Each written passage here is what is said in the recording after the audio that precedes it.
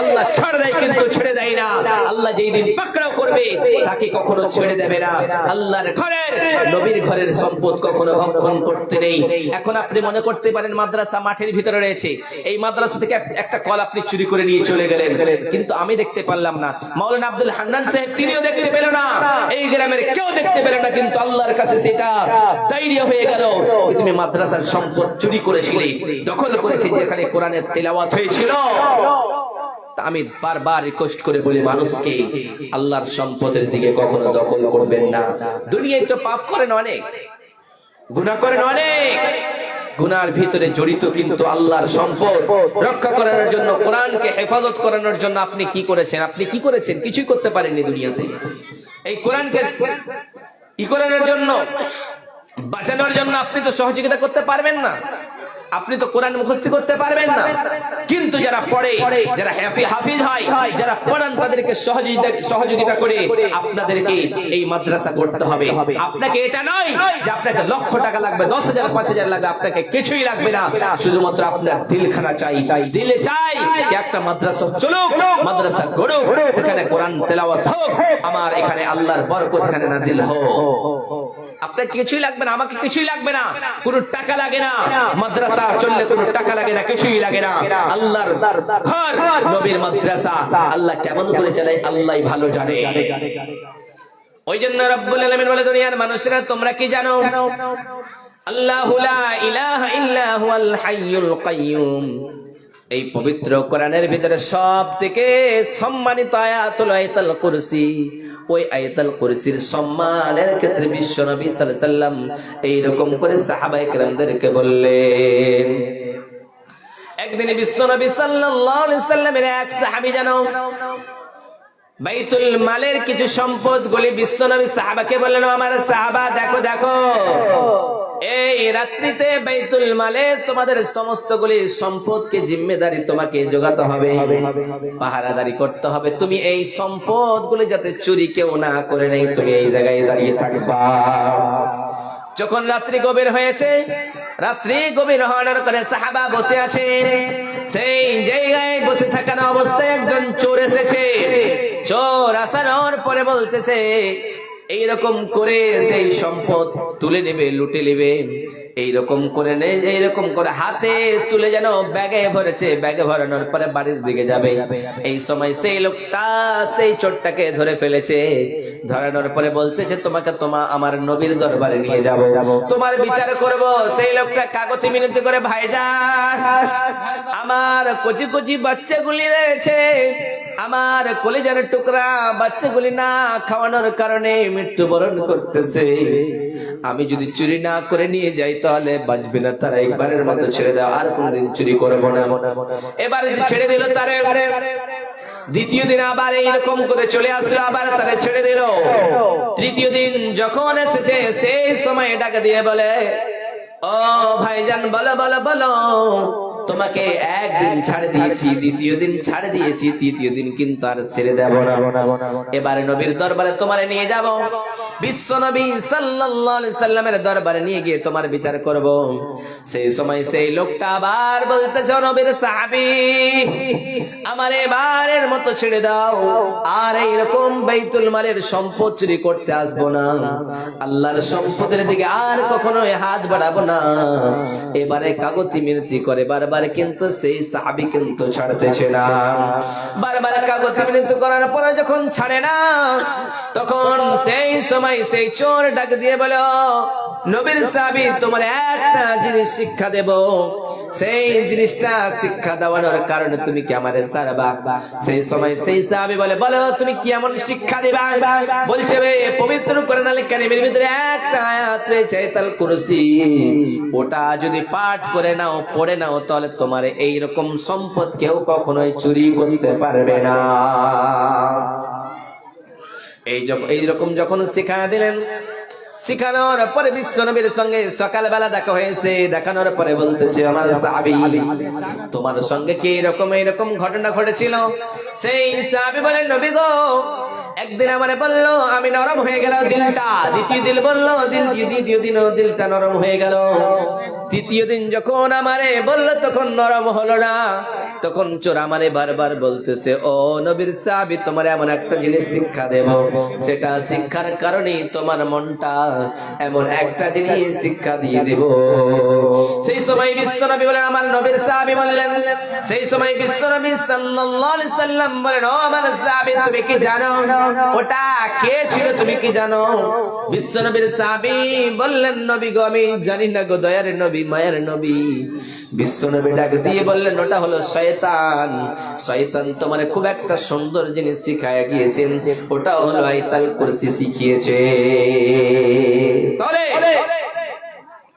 সেই সময় আজকে আমরা কোরআনকে মানতে চাই না, হাদিসকে মানতে চাই না, কোরআনের হেফাজত করতে চাই না, কোরআন ওয়ালাদের হতে চাই না। যেটা প্রথম নম্বরে নাজিল হয়েছিল তার নাম হলো কোরআন।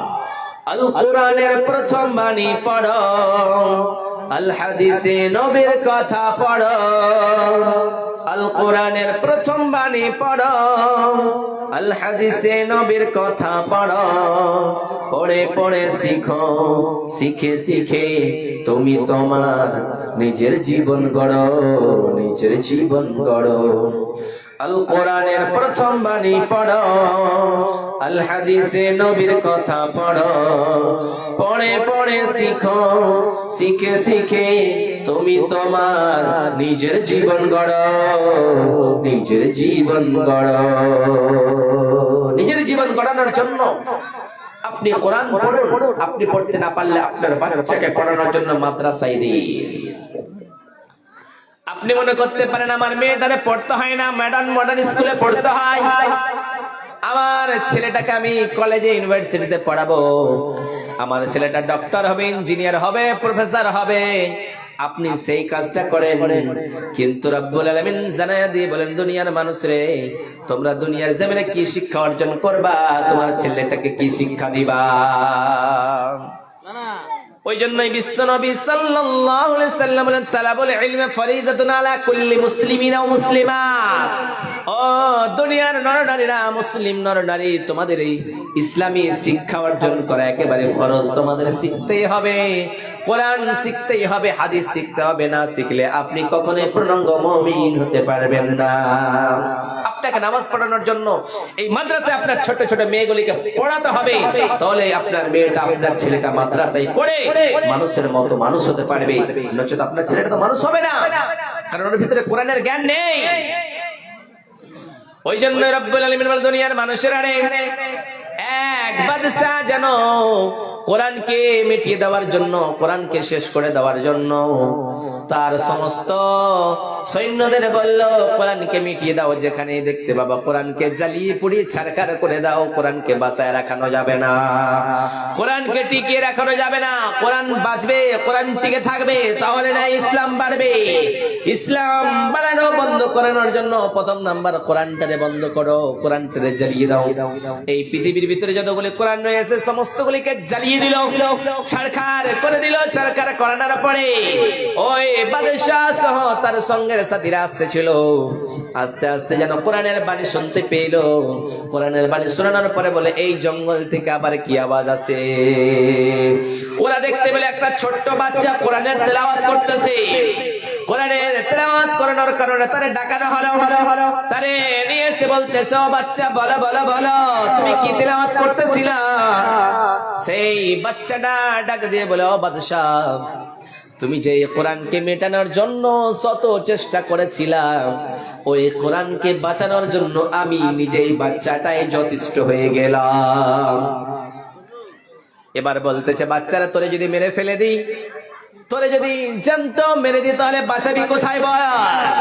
সেই ছোট্ট বাচ্চাটার মুখে জবানে একটাই কথা বলে, ও বাদশাহ, তোমার শত চেষ্টা করানোর পরে সমস্ত কোরআনগুলিকে তুমি জ্বালিয়ে পুড়িয়ে ছারখার করে, আমার মতো ছোট্ট বাচ্চাটা কোরআন তেলাওয়াত করছে, তারেও তুমি যদি জ্বালিয়ে দাও, তারে যদি তুমি জ্বালিয়ে পুড়িয়ে ছারখার করে দাও, তারপরে কিন্তু তুমি কোরআন বন্ধ করতে পারবে না, কোরআনকে জ্বালাতে পারবে না। কারণ আমার মতো হাজার হাজার লক্ষ লক্ষ কোটি কোটি বাচ্চার অন্তরে, মানুষের অন্তরে কোরআনের বাণী রয়েছে। অর্থাৎ একবার যদি তেলাওয়াত করে নেয় তাহলে আবার রব্বুল আলামিন কোরআনের মতো কোরআন বানাতে পারবে। কোরআনের মতো কোরআন বানাটা সহজ, কোনো কঠিন নয়। একজন যদি হাফিজে কোরআন দুনিয়ার জমিনে বেঁচে থাকে তাহলে এই কোরআনটাকে বানানো সহজ, কোনো কঠিনের ব্যাপার নয়। ওই জন্য রব্বুল আলামিন বলে, দুনিয়ার মানুষরা তোমরা কি যদি দুনিয়ার জমিনে আমল করে যাও, ভালো ভালো যদি ছেলে রেখে যাও, যখন আপনি মারা যাবেন, রব্বির হামহুমা কামা রব্বায়ানি সগীরা, রব্বির হামহুমা কামা রব্বায়ানি সগীরা, রব্বির হামহুমা কামা রব্বায়ানি সগীরা। ও বিশাল আকাশের মালিক, ও বিশাল জমিনের মালিক, ও বিশাল পর্বতের মালিক, লাউহে মাহফুজের মালিক, বাইতুল মামুরের মালিক, সিদরাতুল মুনতাহার মালিক, তামাম দুনিয়ার মালিক রে মাওলা, আমি এই ছোট দুটি হাত নয় আমার আব্বার জন্য, আমার আম্মার জন্য দোয়া করতেছি রে মাওলা। আমার বাবা আমার মা যেমন আমার শৈশবে লালন পালন করছে, আমার সুন্দর করে গোসল করেছিল, পেশাব পায়খানা পরিষ্কার করিয়েছিল মাওলা, আমার কেউ যদি একটুকু কষ্ট দেয় না রে আমার আব্বা, আমার আম্মা মানে কোনোদিন কষ্ট দেয় নাই মাওলা করিম। আমার বাবা আমার মাদ্রাসায় পড়ানোর জন্য কতই না কষ্ট করেছিল, আমার মা আমার মাদ্রাসায় পড়ানোর জন্য কতই না কষ্ট করেছিল। আমি যখন মাদ্রাসায় ছোট্টবেলায় গিয়েছিলাম, আমার মার চোখ দিয়ে টস টস করে পানি এসেছিল, কিন্তু কাউকে বলে নাই, কারণ কাউকে বললে আমার বাচ্চাটা মানুষের মতো মানুষ হতে পারবে না। আমি যদি কাউকে আমার দুঃখের কথাটা বলে, আমার বাচ্চাটা মাদ্রাসায় পড়বে না, মানুষের মতো মানুষ হতে পারবে না। আমার বাবা কত পরিশ্রমের কাজ করে, মজদুরির কাজ করে 500 টাকা 400 টাকা দিন মজদুরি করেছিল, সেখান থেকে আমার জন্য 400 টাকা 500 টাকা পাঠাইছিল মাদ্রাসায়। মাদ্রাসায় যাওয়ার পরে আমি ফোনে বলেছিলাম, আমার আব্বা আমার খাওয়ার জন্য, আমার বইয়ের জন্য, আমার কোরআনের জন্য 500 টাকা লাগবে। 1 মিনিটও দেরি করে নাই রে মাওলা। আমার বাবা আমার জন্য কতই না কষ্ট করেছে, আমার মা আমার জন্য কষ্ট করেছে, আমার ভাইয়েরা কষ্ট করেছে, আমার দাদারা কষ্ট করেছে, আমার বোনেরা কষ্ট করেছে, ভাইয়ের মুখখানা দেখতে পাই নাই, বাড়িতে বড় বড় অনুষ্ঠান হয়েছিল আমি যেতে পাই নাই রে মাওলা করিম। আমার বাবা আমার মা যেমন করে আমার শৈশবে লালন পালন করেছে রে মাওলা, আমাকে সুন্দর হাফিজে কোরআন বানাইছে, আমার মাথায় পাগড়ি পরাইছিল মাদ্রাসার মাওলানারা, আমার শিক্ষক মশাই আমার জন্য কতই না দোয়া করেছিল, আমার সুন্দর করে পড়াইছিল। রব্বুল আলামিন তুমি আমার বাবা আমার মা কি তুমি কবরটাকে জান্নাতের বাগান বানায় দাও। রব্বুল আলামিন আমার বাবা আমার কি যেমন করে শৈশবে, আমার মা আমার যেরকম করে শৈশবে লালন পালন করেছে, কোনো কষ্ট দেয় নাই, মানুষের মতো মানুষ বানাইছে রে মাওলা, সেই রকম করে তুমি আমার বাবা আমার মার তুমি রহমতের কোলে লালন পালন করো। কোন যখন হাফিজে কোরআন এইরকম করে দোয়া করে দেয় আল্লাহর দরবারে, আল্লাহর আরশে আজিম কেঁপে যায় আর বলে, আমার কোন বান্দা, আমার কোন হাফিজে কোরআন, আমার কোন মাওলানা তার বাবার জন্য, তার মায়ের জন্য, তার দাদার জন্য, তাদের বোনের জন্য, তাদের গ্রামের জন্য, তাদের জাগের জন্য, যার বাড়িতে অল্প খাওয়ানোর কারণে সেই লোকটা বলতে পারে না, এই বাচ্চাটা বলতে পারে না, আমি আল্লাহর দরবারে চেয়েছি, আমি আল্লাহর রহমতের কম নেই রে মাওলা। আমি যদি কাউকে করুণা করি, দয়া করি, মায়া করি, পৃথিবীর কোন মানুষের ক্ষমতা নেই সেই লোকটাকে উদ্ধার করবে না, সেই লোকটাকে তলে ফেলতে পারে। আমি আল্লাহ যদি কাউকে সম্মান দান করি, আমি আল্লাহ যদি কাউকে ইজ্জত দান করি, পৃথিবীর কোন মানুষ তারে বেইজ্জতি করতে পারবে না। আবার আমি আল্লাহ যদি কাউকে বেইজ্জতি করি, জলিল করি, পৃথিবীর কোন মানুষ তোমরা তারে সম্মান দিতে পারবে না। যখন ফিরআউন, নমরুদ, হামান, কারুন এরা সবাই দুনিয়ায় রাজনীতিবিদ হলো, দুনিয়ায় এরা নেতাগিরি করতে লাগলো, ইসলামের সঙ্গে খেলবাড় করতে লাগলো, আমি আল্লাহ নমরুদ বাদশাহ নিজেকে আনা রব্বুকুমুল আলা, পৃথিবীর ভিতরে সব থেকে বড় রব বলে করলো, আমি আল্লাহ তারেও ছেড়ে দেয় নাই, সার দিয়েছি কিন্তু ছেড়ে দেয় নাই। আমি আল্লাহ তাআলা তার লোহিত সাগরের ভিতরে ডুবায় ডুবায় মারছি, তারে আমি আল্লাহ কসম কালেও ছেড়ে দেই নাই রে গোলাম। তাহলে এইরকম করে হাত না বাড়াতে দেরি, কিন্তু আমি আল্লাহ সেই বাচ্চাটার দোয়া শুনতে দেরি করি না, সেই বাচ্চাটার দোয়া শুনতে আমি 1 মিনিটের জন্য দেরি করি না রে গোলাম। তাহলে দোয়াটা করবে কে? আপনার জন্য দোয়াটা করবে কে? আপনি কাউকে দুমুঠো খাদ্য দিবেন না?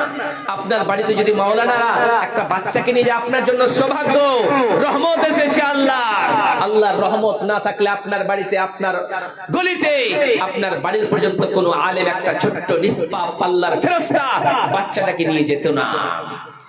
ওই জন্যই বিশ্বনবী সাল্লাল্লাহু আলাইহি সাল্লাম বলে, দুনিয়ার মানুষেরা রে, কোন বাচ্চা যখন ইসলামের শিক্ষা, কোরআনের শিক্ষা অর্জন করার জন্য বাড়ি থেকে বের হয়, আল্লাহর রহমতের ফেরেশতারা তার পায়ের নিচে পর বিছায়া দেয়।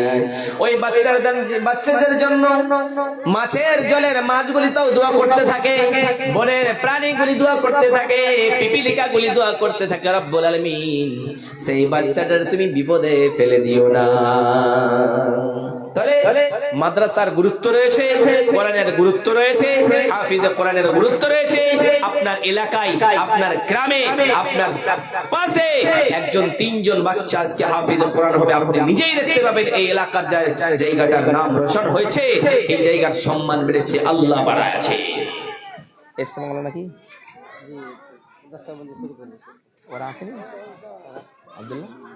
আব্দুল্লাহ আসছে, তাকে দাস্তারবন্দি করে তারপরে দিই। ও ঠিক আছে, সময় হয়ে গেছে। শেষ করে দেবো নাকি? 5 মিনিট বলবো, দিয়েছে আমি বলবো নাকি? আর 2-3 মিনিট বলে শেষ করবো। তাহলে আপনাকে কঠিন কিয়ামতের একটা শুধুমাত্র ঘটনা বলে আমি আমার বক্তব্য শেষ করে দেব।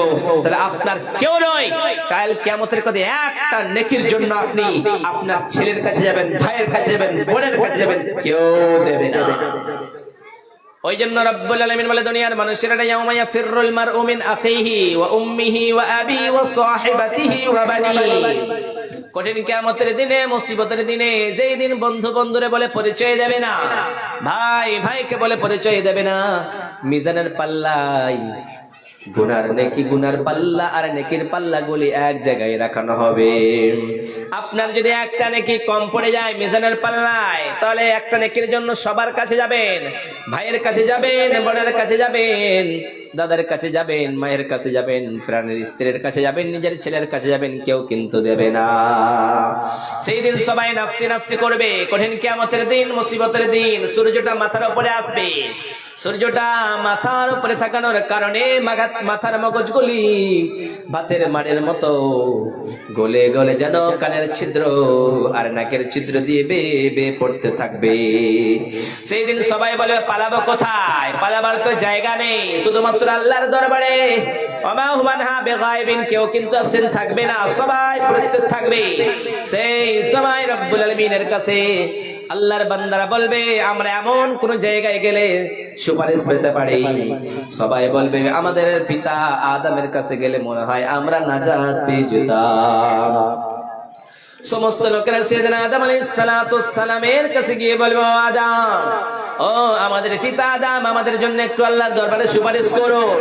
সেই সময় আদম আলাইহিস সালাতু ওয়াস সালাম সুপারিশ করবেন, এইরকম করে বলবেন, আমি আল্লাহর দরবারে কথা বলতে পারবো না, তোমাদের জন্য সুপারিশ করতে পারবো না, কারণ আল্লাহর একটা আইনকে অমান্য করেছিলাম। দ্বিতীয় নম্বর, সাইয়েদনা নূহের কাছে যাবেন, নূহ আলাইহিস সালাতু ওয়াস সালাম বলবেন, আমিও পারবো না। এবার সাইয়েদনা ইব্রাহিমের কাছে গিয়ে বলবেন, ও নবী ইব্রাহিম, আমাদের জন্য একটু আল্লাহর দরবারে সুপারিশ করুন। একটু যদি সুপারিশ করেন তাহলে আমাদের বিচারটা হয়ে যাবে। বিচার করার জন্য এবার মুসা আলাইহিস সালাতু ওয়াস সালামের কাছে যাবে। সাইয়েদনা মুসা আলাইহিস সালাতু ওয়াস সালাম বলবেন, আমি পারবো না। সাইয়েদনা ঈসা আলাইহিস সালাতু ওয়াস সালামের কাছে গিয়ে বলবেন, তিনিও বলবেন, আমিও পারবো না। এবার ঈসা আলাইহিস সালাম বলবেন আমি তো পারবোই না, কিন্তু তোমাদের একটা পরামর্শ দিতে পারি। তোমরা সাইয়েদনা বিশ্বনবী আখেরি পয়গম্বরের নবীর কাছে গেলেই তোমরা সুপারিশ পেয়ে যাবা। সবাই বিশ্বনবী সাল্লাল্লাহু আলাইহি সাল্লামের কাছে গিয়ে বলবেন, যাবেন, বিশ্বনবী মাকামে মাহমুদ পড়ে কান্না করতে থাকবেন। সমস্ত নবীরা, ওলিরা, সমস্ত মানুষের রব্বি হাবলি নয়, ইয়া নাফসি করবে, কিন্তু আমাদের নবী, দয়ার নবী, মায়ের নবী শুধুমাত্র বলবেন রব্বি হাবলি উম্মতি উম্মতি উম্মতি। রব্বুল আলামিন আমার উম্মত উম্মতিদের কি হবে, আমার সামনে দিয়ে আমার উম্মত উম্মতি গুলি জাহান্নামে যাইতেছে, আমি কিন্তু বরদাস্ত করতে পারবো না। সেদিন রব্বুল আলামিন ডাক দিয়ে বলবেন ইরফা রাসাকা হাল সালতুতা, ও নবী আপনি যা বলতে চান বলেন, আপনার মাথাটা উঠায় নেন, আপনি যার জন্য সুপারিশ করবেন আমি সুপারিশ গ্রহণ করব। বিশ্ব নবী বলবেন আমার উম্মত উম্মতি গুলি জাহান্নামে যাইতেছে, আল্লাহ এদেরকে জান্নাতে নিয়ে যাব। আল্লাহ বলবেন তোমার উম্মত উম্মতি গুলিকে বাঁচাই করে করে জান্নাতের দিকে নিয়ে যাও। বিশ্বনবী নিজের উম্মত উম্মতি গুলিকে বাছাই করে করে সেই দিন জান্নাতের দিকে নিয়ে যাবে। তাহলে আপনি যদি জান্নাতে যেতে চান, বিশ্বনবীর উম্মত হতে চান, তাহলে বিশ্বনবী সাল্লাল্লাহু আলাইহি সাল্লামের মাদ্রাসায় দেখতে হবে, কোরআনকে বাঁচাতে হবে, কোরআনের রক্ষক হতে হবে, কোরআনের হেফাজত করতে হবে। তাহলে আপনি সেই দিন বিশ্বনবীর সুপারিশ পেয়ে, আল্লাহর নবীর সুপারিশ পেয়ে জান্নাতি হতে পারবে। নারে তাকবীর! আল কোরআনের আলো, আল কোরআনের আলো, আল কোরআনের আলো, নারে তাকবীর! এখান থেকে শয়তান মোটামুটি লয়া হাট পারে, বুঝতে পারলেন? তাহলে আমার বক্তব্য আর লম্বা করবো না, এখান থেকে ইতি করলাম। বলার মাধ্যমে ভুল ত্রুটি হয়ে থাকলে ক্ষমা করবেন। আমি শুধুমাত্র আমি বুঝাতে চেয়েছি আপনাদেরকে কোরআনের সম্মান করুন, কোরআনের হেফাজত করুন, কোরআন ওয়ালাদের দেখুন, তাহলে আপনি প্রকৃতভাবে মুসলিম হতে পারবে। দাও খোদা দাও আমায় আবার উমর দারজ দিল, দাও খোদা দাও আমায় আবার উমর দারজ দিল, দাও আলীর মতো বীর সেনানী, আলীর মতো বীর সেনানী জগাতে নিখিল, দাও খোদা দাও আমায় আবার উমর দারজ দিল, দাও খোদা দাও আমায় আবার উমর দারজ দিল। এখান থেকে বক্তব্য করছি, বলার মাধ্যমে ভুল ত্রুটি হয়ে থাকলে ক্ষমা করবেন। এবং আমি আপনাদের সবাইকে বলতে চাই আবারও, লাস্টের সময়, শেষ সময়, যে আপনারা আপনাদের সামনেই এখনো যদি বাড়িতে বসে থাকেন, তাহলে আপনাদের চোখের সামনেই আপনাদের এই ছেলেরা এখানে পাগড়ি পাবে। বাড়িতে আনাচে কানাচে বসে থাকলে আপনারা এই প্যান্ডেলের নিচে চলে আসুন এবং এই মাদ্রাসায় 3 জন ছাত্র হাফিজে কোরআন, 4 জন হাফিজে কোরআন হবে। আমি তাদেরকে চিনি, তারা এই মাদ্রাসায় পড়ছে, আবার কোরআন পড়ে মুখস্থ করে কত সুন্দর করে মানবতা, মানুষকে কোরআনকে হেফাজত করানোর জন্য এই মাদ্রাসায় ফারাগাত করছে। এবং তাদের জন্য আপনারা দোয়া করবেন, তাদের কাছ থেকে আপনারা দোয়া নেবেন, দোয়াতে শরীক হওয়ার জন্য আপনারা আসুন এবং এই মাদ্রাসাকে দেখুন, মাদ্রাসার জন্য কিছু দান খয়রাত করে যাবেন। এই মাদ্রাসা চালানোর জন্য অনেক খরচার প্রয়োজন রয়েছে, পরিশ্রমের প্রয়োজন রয়েছে। আপনারা দোয়া করবেন, আমার জন্য দোয়া করবেন, আমি যেন সুস্থ থাকি, ভালো থাকি। আখির দাওয়ানা আলহামদুলিল্লাহি রাব্বিল আলামিন।